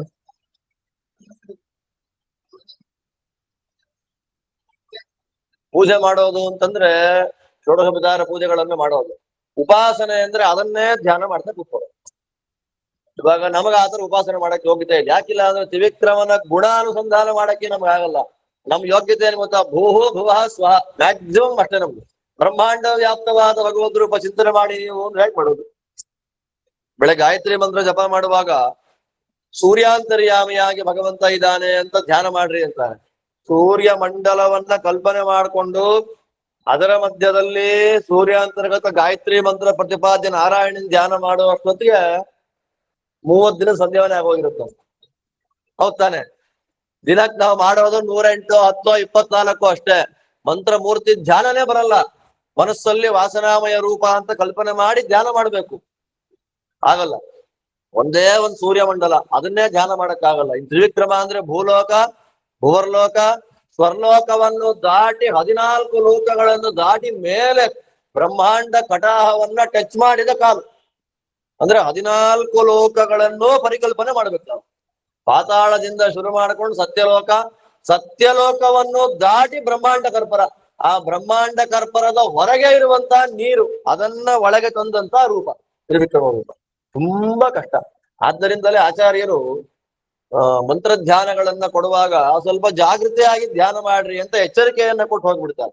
ಆದ್ರಿಂದ ಉಪಾಸನೆ ಮಾಡ್ಬೇಕು ಅಂತಂದ್ರೆ ಅದನ್ನೇ ಎಕ್ಸ್ಕ್ಲೂಸಿವ್ ಆಗಿ ಉಪಾಸನೆ ಮಾಡ್ಬೇಕು, ಬೇರೆ ಇನ್ಯಾವುದೂ ಇಲ್ಲ, ಅದನ್ನೇ ಮಾಡ್ಬೇಕು. ಪೂಜೆ ಯಾರು ಬೇಕಾದ್ರೂ ಮಾಡ್ಬೋದು. ಈಗ ಹೂವು, ಹಣ್ಣು, ಹಾಲು, ಮೊಸರಿಂದ ಯಾರು ಬೇಕಾದ್ರೂ ಪೂಜೆ ಮಾಡ್ಬೋದಲ್ಲ. ಅರ್ಚನೆಗಳನ್ನು ಯಾರು ಬೇಕಾದ್ರೂ ಮಾಡ್ಬೋದು, ಆರಾಧನೆಗಳನ್ನು ಯಾರು ಬೇಕಾದ್ರೂ ತ್ರಿವಿಕ್ರಮ ಮಂತ್ರದಿಂದ ಹೋಮ ಮಾಡ್ಬೋದು. ಬಟ್ ಉಪಾಸನೆ ಅನ್ನೋದು ಗುರುಪದೇಶದಿಂದ ಬಂದ್ರೆ ಮಾತ್ರ ಉಪಾಸನೆ. ಅದು ಇಂತಿಷ್ಟು ಲಕ್ಷ, ಇಷ್ಟು ಕೋಟಿ ಮಂತ್ರ ಜಪ ಮಾಡ್ಬೇಕು ಅಂತ ನಿಯಮ ಇರುತ್ತೆ. ಅದು ಸಾಮಾನ್ಯರಿಗೆ ಧ್ಯಾನಕ್ಕೆ ಸಿಕ್ಕಲ್ಲ. ಒಂದೇ ಉತ್ತರ ಧ್ಯಾನಕ್ಕೆ ಸಿಗಲ್ಲ. ಅದು ಬ್ರಹ್ಮಾಂಡದ ತನಕ ಇದೆ, ಬೆಳೆದಿದೆ ರೂಪ ಅಂದ್ರೆ ಸ್ವರ್ಗ ಹೇಗಿದೆ ಅಂತ ನಮಗ್ ಗೊತ್ತಿಲ್ಲ. ಇನ್ನು ಬ್ರಹ್ಮಾಂಡದ ಹೊರಗಿದೆ ರೂಪ ಅಂದ್ರೆ ಅದನ್ನ ಚಿಂತನೆ ಮಾಡೋದು. ಕಾಲು ಎತ್ತು ಬಿಟ್ಟಿದ್ದಾನೆ ದೇವ್ರ ಮೇಲೆ, ನೋಡಕ್ಕೆ ಆಗಲ್ಲ. ಪರಿಕಲ್ಪನೆಗೆ ಸಿಗಲ್ಲ. ಅದರಿಂದ ಉಪಾಸನೆ ಅಂತಂದ್ರೆ ಅದನ್ನೇ ಯಾವಾಗ್ಲೂ ಧ್ಯಾನ ಮಾಡ್ತಿರೋದು ಅಂತ. ಆರಾಧನೆ ಅಂದ್ರೆ ಒಂದಲ್ಲ ಒಂದಿನ, ಈ ವರ್ಷ ಆ ವರ್ಷ ಆ ವರ್ಷ ಆರಾಧನೆ ಪೂಜೆ. ತ್ರಿವಿಕ್ರಮ ಅಂದ್ರೆ 3 ವೇದಗಳ ಪ್ರತಿಪಾದ್ಯ, 3 ವೇದಗಳಲ್ಲಿ ಅವನ ಮಹಿಮೆಯನ್ನ ಹೇಳಿದ್ದಾರೆ. ಆದ್ದರಿಂದ ಅವನು ತ್ರಿವಿಕ್ರಮ. ಅಷ್ಟು ಮಾತ್ರ ಅಲ್ಲ, ತ್ರಿವಿಕ್ರಮ ಅಂದ್ರೆ ಮಹಾಲಕ್ಷ್ಮೀ ದೇವಿಗೆ ಎಷ್ಟು ರೂಪ ಇದೆ? 3 ರೂಪ ಇದೆ. ಮೇನ್ ಆಗಿ ಲಕ್ಷ್ಮೀ ದೇವಿ ರೂಪ ಎಷ್ಟು? 3. ಆ 3 ರೂಪಗಳಿಗೆ ವಿಶೇಷವಾಗಿ ಸುಖವನ್ನ ಕೊಟ್ಟವನು. ಶ್ರೀರೂಪ, ಭೂರೂಪ, ದುರ್ಗಾ ರೂಪ. ಆ 3 ರೂಪಗಳಿಗೆ ವಿಕ್ರಮವನ್ನ ತಂದುಕೊಟ್ಟವನು. 3 ರೂಪದ ಮಹಾಲಕ್ಷ್ಮಿಗೆ ಶ್ರೀರೂಪದಿಂದ ಲಕ್ಷ್ಮಿ ಏನ್ ಕೆಲಸ ಮಾಡ್ತಾಳೆ? ಭೂರೂಪದಿಂದ ಏನ್ ಕೆಲಸ ಮಾಡ್ತಾಳೆ? ದುರ್ಗಾ ರೂಪದಿಂದ ಏನ್ ಮಾಡ್ತಾಳೆ? ಸಾತ್ವಿಕ, ರಾಜಸ, ತಾಮಸ ಗುಣಗಳಿಗೆ ಪ್ರಚೋದನೆಯನ್ನ ಮಾಡ್ತಾಳೆ. ತಾಮಸರಿಗೆ ಅಜ್ಞಾನವನ್ನ ಕೊಡೋದು ಮಹಾಲಕ್ಷ್ಮಿ ಯಾವ ರೂಪದಿಂದ? ದುರ್ಗಾ ರೂಪದಿಂದ. ರಾಜರುಗಳಿಗೆ ಅವರಿಗೆಲ್ಲ ಸಂಪತ್ತನ್ನ ಕೊಡೋದು ಯಾವ ರೂಪದಿಂದ? ಭೂರೂಪ. ಆದ್ದರಿಂದ ಶ್ರೀಮಂತರು ಯಾರು ಅಂದ್ರೆ ತಾಂಬೂಲ ತಿನ್ನೋರು ಅಂತ. ಮತ್ತೆ 24 ಗಂಟೆ ತಾಂಬೂಲ ತಿನ್ನೋರು ಅಂತ ಅರ್ಥ ಅಲ್ಲ. ಆಮೇಲೆ ಊಟ ಆದ್ಮೇಲೆ ಒಳ್ಳೆ ಬಂಗಾರದ ಪೆಟ್ಟಿಗೆಯಲ್ಲಿ ತೆಗೆದು ಬೀಳದಲ್ಲಿ ಹಾಕೊಂಡು ತಾಂಬೂಲ ತಿಂತಾರೆ ಅಂತಂದ್ರೆ ಅವ್ರಿಗೆ ಏನಿದೆ ಅಂತ ಅರ್ಥ? ಸಂಪತ್ತಿದೆ ಅಂತ ಅರ್ಥ. ಆ ಸಂಪತ್ತಿನ ದೇವತೆ ಯಾರು? ಲಕ್ಷ್ಮಿ. ಲಕ್ಷ್ಮೀ ದೇವಿಯ ಭೂರೂಪದ ಕೈಯಲ್ಲಿ ಏನಿದೆ? ತಾಂಬೂಲ ಇದೆ. ಭೂರೂಪದ ಮಹಾಲಕ್ಷ್ಮೀ ದೇವಿಯ ಧ್ಯಾನವನ್ನ ಹೇಗೆ ಮಾಡ್ತಾರೆ? ಕೈಯಲ್ಲಿ ತಾಂಬೂಲ ಇಟ್ಕೊಂಡಿದ್ದಾಳೆ ಅಂತ ನೋಡಿ. ಇವಾಗಿನ್ನು ಶ್ರೀದೇವಿ ಬಗ್ಗೆ ಹೇಳಿದ್ವಿ ನಾವು. ಆದ್ರೆ ಭೂರೂಪದ ಎಕ್ಸ್ಕ್ಲೂಸಿವ್ನೆಸ್ ಏನು? ಕೈಯಲ್ಲಿ ತಾಂಬೂಲ.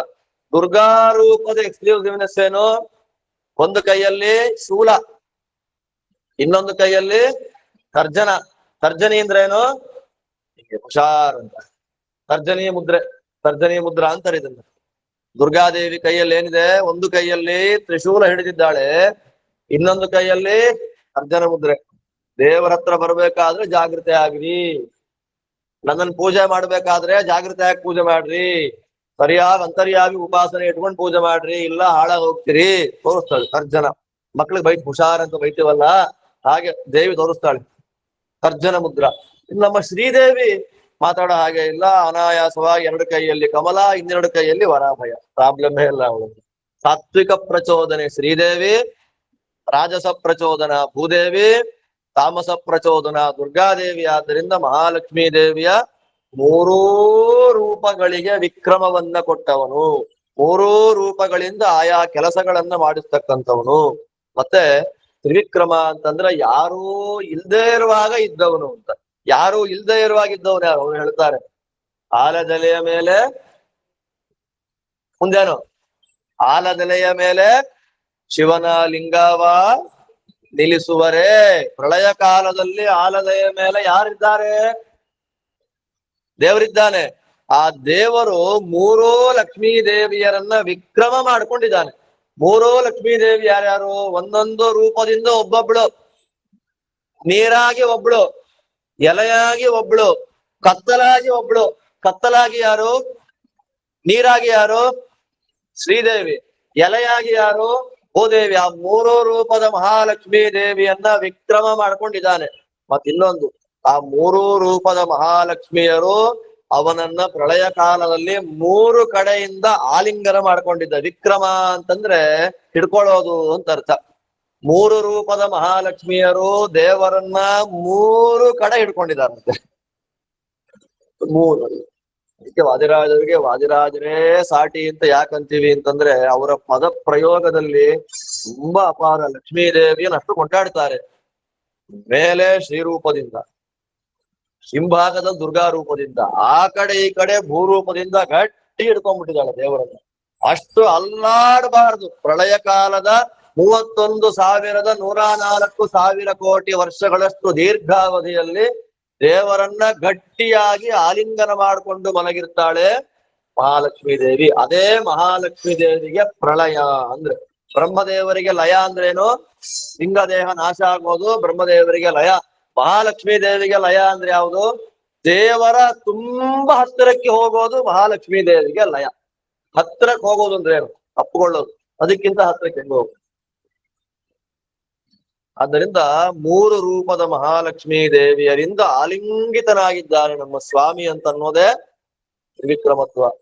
ಇನ್ನೊಂದು ತ್ರಿವಿಕ್ರಮ ಅಂತಂದ್ರೆ ಒಂದು ಮಾತ್ರ ವಾದಿರಾಜರ ಹೀಗಿರುತ್ತೆ ಶೈಲಿ ಅಂತ ಹೇಳ್ತೀನಿ ಅಷ್ಟೇ. ಎಲ್ಲಾ ಪದ್ಯಕ್ಕೆ ಈ ತರ ಅರ್ಥ ಹೇಳ್ತಾ ಕೂತ್ರೆ ಅದು ಮುಗಿಯೋದಿಲ್ಲ, ಅರ್ಥನೂ ಆಗಲ್ಲ. ಮೊದಲನೇ ಪದ್ಯದಲ್ಲಿ ರಾಜರ ಶೈಲಿ ಹೇಳ್ಬೇಕಲ್ಲ, ಹೇಳೋದು ಎಷ್ಟೋ ಸರ್ವಜ್ಞರವರು ಅಂತ ತೋರಿಸ್ಕೊಳ್ಳುವ ಎಷ್ಟು ಎಕ್ಸಾಂಪಲ್ಸ್ ಅಷ್ಟೇ ಇದೆಲ್ಲ. ತ್ರಿವಿಕ್ರಮ ಅಂದ್ರೆ ಮೂರು ರೂಪದ ಮಹಾಲಕ್ಷ್ಮಿ. ಒಂದು ರೂಪ ಯಾವುದು? ನೀರು. ಯಾವ ನೀರು? ವೈಕುಂಠದಲ್ಲಿ ಹರಿಯುವಂತಹ ವಿರಜಾ ನದಿ. ಅದಾದ್ಮೇಲೆ ವೈಕುಂಠ ಲೋಕ.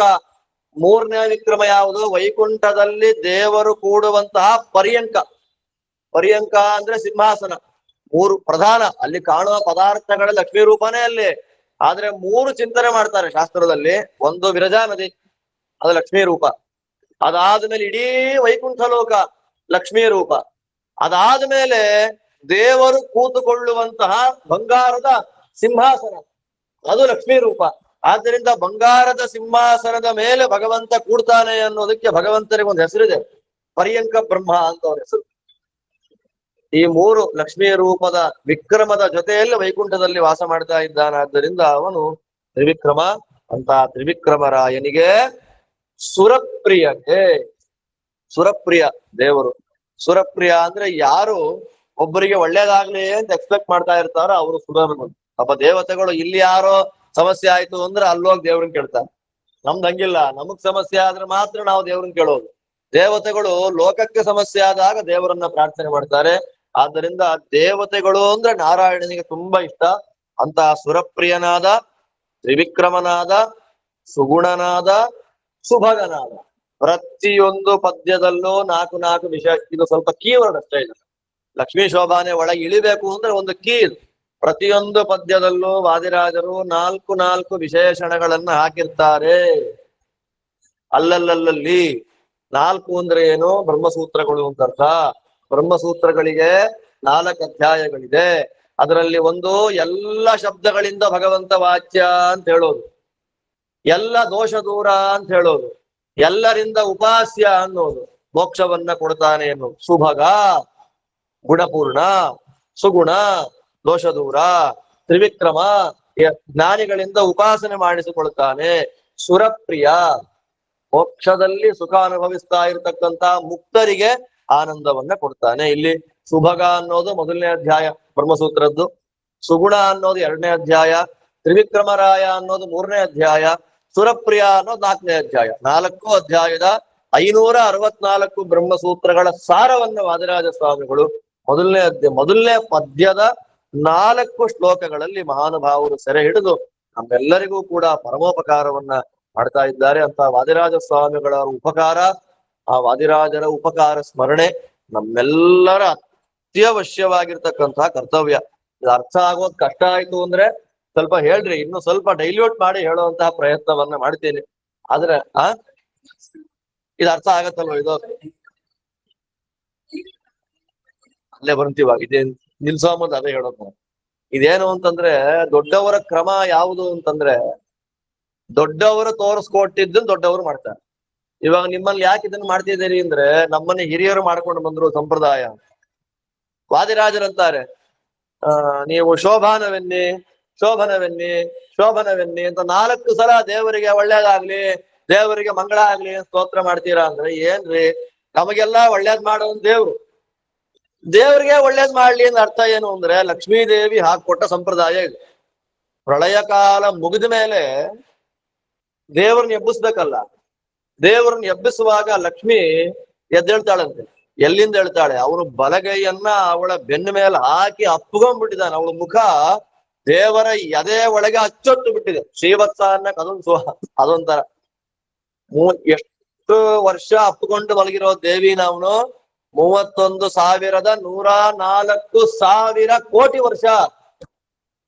ಚತುರ್ಮುಖ ಬ್ರಹ್ಮದೇವರ 100 ವರ್ಷದ ಆಯಸ್ಸು ಅಂದ್ರೆ ಎಷ್ಟು ಪರಕಾಲ? 31,104 ಕೋಟಿ ವರ್ಷ. ಗಂಡ ಹೆಂಡತಿ ಮಲಗಿದವ್ರು ಹೇಳಲೇ ಇಲ್ಲ ಮೇಲೆ. ಹೇಗಿರುತ್ತೆ ನೋಡಿ. ಬಲಗೈಯನ್ನ ಹಾಗೇ ಬಳಸಿ ಲಕ್ಷ್ಮೀ ದೇವಿಯ ಎದೆಯನ್ನ ಬೆನ್ನನ್ನ ಒತ್ತಿ ಅವನ ಎದೆಯನ್ನ ಇಟ್ಕೊಂಡು ಮಲಗ್ಬಿಟ್ಟಿದ್ದಾನೆ. ಅವಳು ನಿಧಾನವಾಗಿ ಆ ಕೈಯ ಸುರುಳಿಯನ್ನ ಬಿಡಿಸ್ಕೊಂಡು ಎದ್ದು ಪ್ರಾರ್ಥನೆ ಮಾಡ್ತಾಳೆ. ಸ್ವಾಮಿ ಎದ್ದೇಳ್ಬೇಕು ನೀನು ಅಂತ. ಸುಪ್ರಭಾತ ಭಾಗವತದ 10ನೇ ಸ್ಕಂದ 94ನೇ ಅಧ್ಯಾಯದಲ್ಲಿ ಬರುತ್ತಿದೆ. ಲಕ್ಷ್ಮೀದೇವಿ ಹೇಳಿದ ಸುಪ್ರಭಾತ ಶ್ರುತಿಗೀತ ಅಂತ. ಅದು ಆರಂಭ ಆಗೋದೆ ಜಯ, ದೇವರಿಗೆ ಜಯವಾಗ್ಲಿ ಅಂತ ಲಕ್ಷ್ಮಿ ಹೇಳೋದು. ದೇವರಿಗೆ ಏನ್ ಜಯ ಆಗ್ಲಿ ಅಲ್ವಾ? ದೇವರ ಅನುಗ್ರಹದಿಂದ ನಮಗೆ ಜಯ ಆಗ್ಬೇಕು. ದೇವರಿಗೆ ಏನ್ ಜಯ ಆಗೋದು ಅಂದ್ರೆ ಮಧ್ವಾಚಾರ್ಯ ಅರ್ಥ ಮಾಡ್ತಾರೆ, ದೇವರು ಜಯಸ್ವರೂಪ. ಆ ನಿನ್ನ ಜಯಸ್ವರೂಪ ನಮಗ್ ತೋರ್ಸಪ್ಪ. ಹಾಗೆ ನಿಂಗ್ ಒಳ್ಳೇದಾಗ್ಲಿ ಅಂದ್ರೆ ನೀನ್ ಯಾವತ್ತೂ ಒಳ್ಳೇದಾಗೆ ಇರೋನು. ನಿನ್ನ ಶೋಭನ ಅನುಗ್ರಹದಿಂದ ನಮಗ್ ಒಳ್ಳೇದಾಗ್ಲಿ ಅಂತ ದೇವರನ್ನ ಶೋಭನ ಸ್ವರೂಪ ಅಂತ ಪ್ರಾರ್ಥನೆ ಮಾಡಿದ್ರೆ ನಮಗೆ ಶೋಭನ ಉಂಟು ಮಾಡ್ತಾನೆ. ನಿನಗೆ ಶೋಭನ ಆಗ್ಲಿ, ದೇವ್ರಿಗೇನ್ ಶೋಭನ ಆಗೋದು? ಆಲ್ರೆಡಿ ಕಂಪ್ಲೀಟೆಡ್ ಅವನು. ನಿನಗೆ ಶೋಭನ ಆಗ್ಲಿ ಅಂದ್ರೆ ನಮಗೆ ಇದು ಲಕ್ಷ್ಮೀದೇವಿ ಹಾಕೊಂಡಂತ ಸಂಪ್ರದಾಯವನ್ನ ಲಕ್ಷ್ಮೀದೇವಿಯ ಮಕ್ಕಳಾದ ನೀ ಯಾವ ಲಕ್ಷ್ಮೀದೇವಿಯ ಮಗಾರಿ ಅಂದ್ರೆ ಅವರೇ ಲಕ್ಷ್ಮೀಕಾಂತನ. ಇದಕ್ಕೆಲ್ಲ ವ್ಯಾಖ್ಯಾನದ ಅವಶ್ಯಕತೆನೇ ಇಲ್ಲ. ನಾವು ಲಕ್ಷ್ಮೀಕಾಂತನ್ ಕಂದ ಅಂತ ಹೇಳಿದ್ರೆ ಕಪಾಳ ಕುಡಿತೇವೆ, ನಮಗೆಲ್ಲ ಹೇಳಕ್ ಸಾಧ್ಯ. ಅದಕ್ಕೆ ನೋಡಿ ವಾದಿರಾಜರಂತಹ ಪದ ಪ್ರಯೋಗವನ್ನ ಬೇರೆ ಯಾರು ಮಾಡಿಲ್ಲ. ಯಾಕೆ ಅಂದ್ರೆ ಮಾಡುವಂತ ಧೈರ್ಯ ಬೇರೆ ಯಾರಿಗೂ ಇಲ್ಲ. ಯಾಕೆ ಅಂತಂದ್ರೆ ಕವಿ ಕಲ್ಪನೆಯನ್ನ ಮಾಡ್ಕೊಂಡು ಹೇಳಕ್ ಆಗಲ್ಲ. ಲಕ್ಷ್ಮೀಕಾಂತನ ಕಂದ ನೆನಿಪ ಸಂತರ ಮೆಚ್ಚಿನ ವಾದಿರಾಜೇಂದ್ರ ಮುನಿ ಪಂಚದೀಪ ಹೇಳಿದ ಪದವಿದು ಅಂತ ಅವ್ರು ಹೇಳುವಾಗ ನಾನು ಯಾರು ಅಂದ್ರೆ ಲಕ್ಷ್ಮೀಕಾಂತನ ಕಂದ ನೆನಿಪ. ಲಕ್ಷ್ಮೀದೇವಿಯನ್ನ ಆಲಿಂಗನ ಮಾಡಿ ಹಿಡಿದುಕೊಂಡಿರುವ ನಾರಾಯಣನ ಮಗ ನಾನು, ಲಕ್ಷ್ಮೀನಾರಾಯಣರ ಮುದ್ದಿನ ಕೂಸು ನಾನು ಅಂತ ಹೇಳ್ಬೇಕಾದ್ರೆ ಲಕ್ಷ್ಮೀದೇವಿಯ ಸಂಪ್ರದಾಯ ದೇವರಿಗೆ ಜೈಕಾರ ಹಾಕೋದು. ಆ ಸಂಪ್ರದಾಯವನ್ನೇ ರಾಜರು ಫಾಲೋ ಮಾಡ್ತಾ ನಿನಗೆ ಶೋಭನವಾಗಲಿ, ನಮಗೆ ಶೋಭನವನ್ನ ಉಂಟು ಮಾಡು, ನಿನ್ನ ಅನುಗ್ರಹದಿಂದ ನಮಗೆಲ್ಲ ಒಳ್ಳೇದಾಗ್ಲಿ.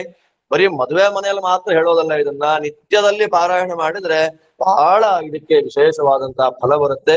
ಈ ಮೊದಲನೇ ಪದ್ಯದ ಪಾರಾಯಣದಿಂದ ಮೊದಲನೇ ಪದ್ಯವನ್ನ 12 ಬಾರಿ ಆವೃತ್ತಿ ಮಾಡಬೇಕು. ಇದು ಜ್ಞಾನಿಗಳ ಸಂಪ್ರದಾಯ. ಮೊದಲನೇ ಪದ್ಯವನ್ನ 12 ಬಾರಿ ಆವೃತ್ತಿ ಮಾಡೋದ್ರಿಂದ ದಾರಿದ್ರ್ಯ ನಾಶ.